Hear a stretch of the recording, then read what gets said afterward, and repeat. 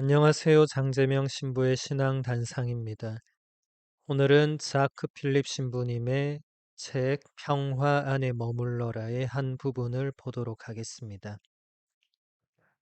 필립 신부님은 이렇게 말합니다. 어떤 이들에게 내적 평화의 추구는 이기적으로 보일 수 있습니다.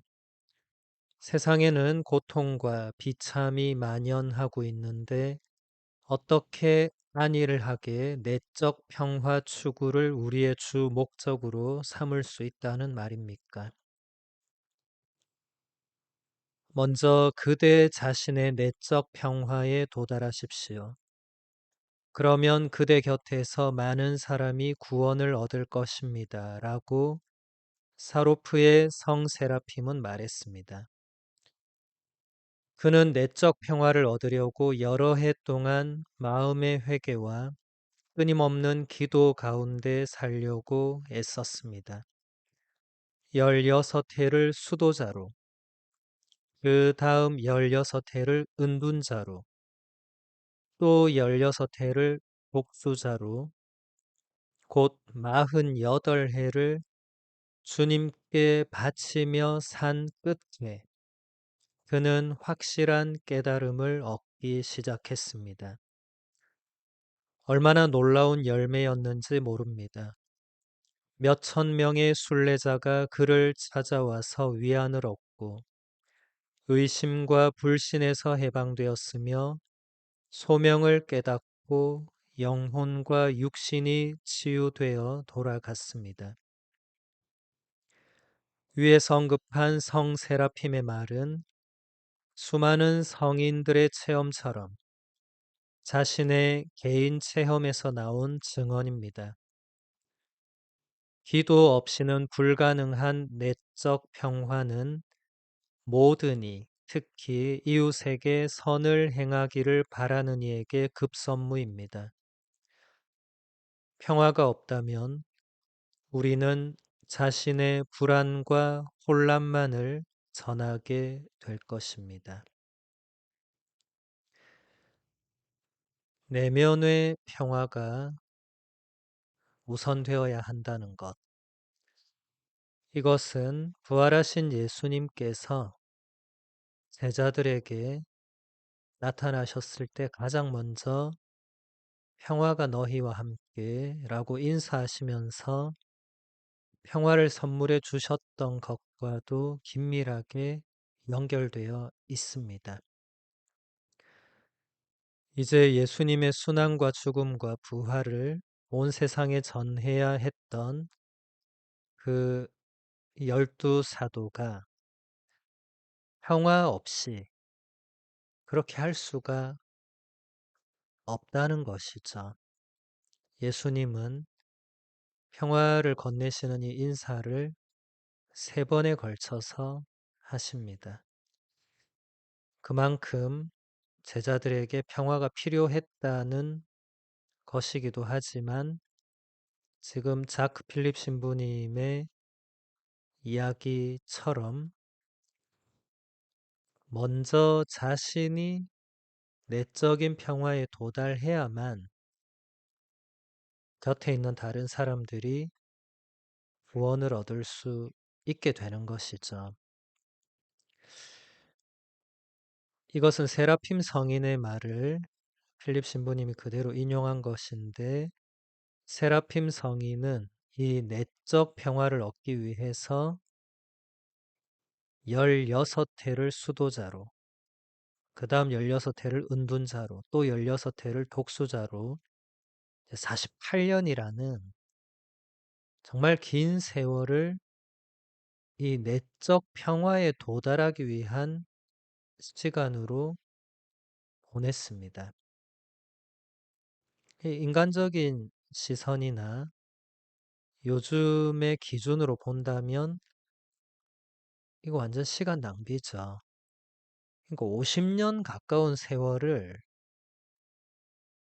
지금 기준으로 볼 때는 전혀 생산적인 일과 노동을 하지 않고 자신의 내면의 평화를 얻기 위해서 끊임없이 기도하면서 홀로 이 은수자, 수도자 그런 생활을 했다는 것.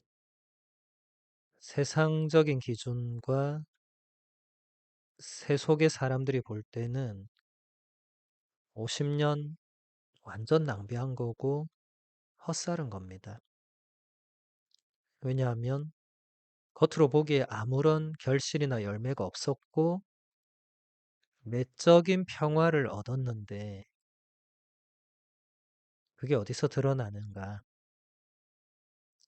여기서 그 열매를 필립 신부님 이렇게 소개하죠. 몇천 명의 순례자. 이것은 숫자를 가늠할 수 없다는 얘기죠. 정말 많은 순례자가 세라핌 성인을 찾아와서 위안을 얻고 의심과 불신에서 해방이 되었고 자신의 소명을 깨닫고 영혼과 육신이 치유가 되었다. 그러니까 이 한 사람이 내적 평화를 참으로 얻었을 때 그 결실, 그 열매는 그 사람을 만나거나 그 사람을 찾아온 다른 수많은 사람들이 일단 위안을 얻게 되고 의심과 불신에서 해방이 되고 자신의 소명도 깨닫고 영혼과 육신이 치유가 되는 이 엄청난 일들이 내적인 평화에서 비롯되었다는 것입니다. 이 내적인 평화가 그토록 힘이 있다는 것이죠. 우리 가톨릭 교회의 수많은 성인 성녀들이 보여준 공통적인 모습이기도 합니다. 사실 수많은 성인 성녀들이 인간적으로 볼 때 대단히 탁월한 능력을 지녔거나 뭐 그런 게 딱히 없었거든요. 근데 그분들에게 찾아볼 수 있는 공통점 중에 하나는 지금 세라핌 성인이 얘기한 이 내적인 평화, 하느님과 온전히 함께 있다는 확신 혹은 체험. 그래서 하느님을 놓지 않고 실망하지 않고 좌절하지 않고 꿋꿋하게 자신의 그 소명의 길을 걸어갔던 그 삶의 모습. 근데 이런 것이 개인적으로 볼 때 그렇게 놀랍거나 큰 일이 아니라 하더라도 그 성인 성녀들의 삶이나 행동이나 말을 통해서 정말 수많은 사람들이 위안을 얻고 의심과 불신에서 해방되고 자신의 소명도 깨닫고 영혼과 육신이 치유되는 기적도 발생했다는 겁니다. 이것은 필립 신부님이나 제가 지어내는 이야기가 아니라 2000년 동안 교회 역사 안에서 생생히 살아 숨쉬는 증언입니다. 우리도 하느님을 믿고 예수 그리스도를 따르는 우리들도 뭔가 하느님의 일을 하고 싶고 뭔가 예수 그리스도의 명령대로 살고 싶은데 그것을 하기 위해서 가장 우선되어야 할 것은 이 내면의 평화, 내적 평화. 이것이 있어야만 한다는 겁니다. 이게 없다면 우리가 다른 사람을 위해서 뭔가를 한다고 하더라도 필립 신부님 말처럼 우리 자신의 불안과 혼란만 전하게 될 가능성이 크다는 거죠. 세상이 보기에는 자신의 내적 평화를 추구하는 것은 대단히 안일하고 어리석고 지금 당장 해야 할 일이 너무 많은데 그것을 회피하기 위한 수단으로 보일 수 있습니다. 그런데 성인 성녀들은 이 진리를 깨달은 거죠. 정말 수많은 일들이 있지만 먼저 이 내면의 평화, 하느님과 연결되는 이것이 없으면 그 산적한 일들을 해내는 것과 별개로 이 더 본질적인 것이 중요하고, 이것을 놓쳐서는 안 되며, 이것을 놓치면 이제 본질이 없어진 채 그냥 산토미 같은 일들을 해 나가게 급급한, 그러면 이제 거기서 하느님이 원하는 결실을 맺기가 어렵다는 거죠. 마더 데레사 성녀가 살아 있을 때 그 수녀님들이 마더 데레사 성녀에게 그런 청을 했다고 그러죠. 지금 돌봐야 될 가난한 사람들, 아이들, 장애인들, 노약자들이 너무 많고 일손이나 시간이 부족하니까 이 성체조배하는 시간을 좀 줄여주면 좋겠다. 그 겉으로 보기에는 뭔가 타당한 청원처럼 보였죠. 그런데 마더 데레사 성녀가 그 청원을 받고 나서 뭐라고 응답했냐면, 오늘부터 성체조배 시간을 2배로 늘려서 하라고 명령했죠. 그래서 수녀님들이 처음에는 불만이 많았겠죠. 지금 가뜩이나 시간이 모자라고 일손도 부족한데 이거는 저 원장 수녀님의 심술 정도로 밖에 보이지 않았겠죠. 근데 투덜대면서 수녀님들이 할 수 없이 원장 수녀님의 명이니까 성취조배 시간이 더 늘어났죠. 그런데 놀랍게도 성체조배 시간이 늘어났지만 수녀님들의 걱정대로 일손이 부족하거나 시간이 모자라거나 이런 문제가 더 커지지 않고 점점 더 그것이 좋은 모습으로 변화되었다는 겁니다.